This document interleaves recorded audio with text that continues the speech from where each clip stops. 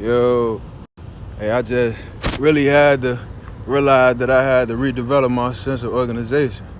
Shit, older you get, more responsibilities you got. Then if for like everything scrambled for real, it's too much going on, so a lot of people get confused and just lay down. That's why I always say slow motion better than no motion. Take your time, man, ain't no race. Sometimes that race feeling might come from comparison. Comparison is a thief of joy. You gotta be patient with yourself. I always say, especially for the people like in their 20s though, you get what I'm saying, whether it's early 20s or late 20s. If you think about it this way, we just entered into a new level of life for real though. So let's say if you like 25, you get what I'm saying, think about it this way, you only 5 years into adulthood. It's hard to get everything established and learn, you get what I'm saying, this new way of life in just 5 years. But that's really like addressing, like sometimes we got a fear of like restarting things, you get what I'm saying? Well, we got to do that anyway.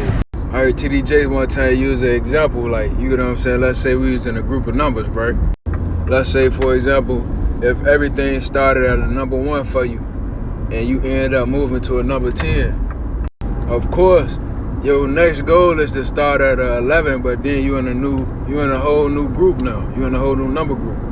So now, to get to that next group, you get what I'm saying, you're gonna have to get to a 20. And then after that, you gotta restart again, 21 to 30, 31 to 40, and so on. But sometimes that's where that comfort zone come at.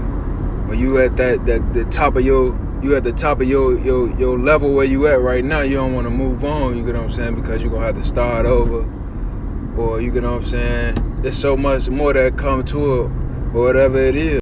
But when you look at it, where you now starting is higher than where you ever been, even though you feel like you're at your lowest in a new pool.